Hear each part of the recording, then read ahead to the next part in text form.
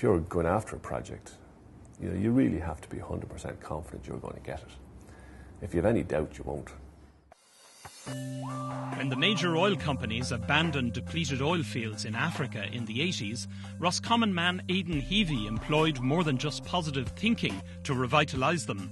Since then, Tullow Oil has become the biggest independent oil producer in Europe, exploring for oil around the world and pumping 60,000 barrels of black gold a day. Every day in this business is completely different. So that's Curious City there. You just don't go out and drill out in the back garden. You go out and negotiate a license, you negotiate terms, then you shoot seismic, you do all the geology work, and then you pick a location and you drill a well. And so there's a lot of work. And when you find something at the end of it, it is an exciting time, and you can feel the buzz around the office. You could drill an exploration well in the morning and double the size of the business. But then again, you also drill dry holes, and you can waste $20 million in a well. Today, we're the largest production company of all the independents in Europe. We dominate the southern gas basin in the North Sea. We dominate Africa. We have a very large position in Southeast Asia.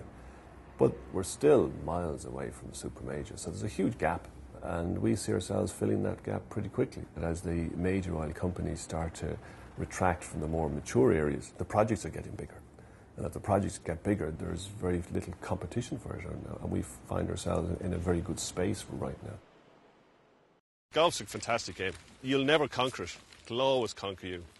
And every day that you come out, you think you're going to have the best game of your life, and you never do. Conditions change, and you have to stand back far enough from things to literally say, well, hang on, there is changes here. Don't get stuck in a rut. For example, if you're playing golf, if the weather's bad, you play a different way than a glorious day like today. The oil price is something that's outside our control, and in fact most people's.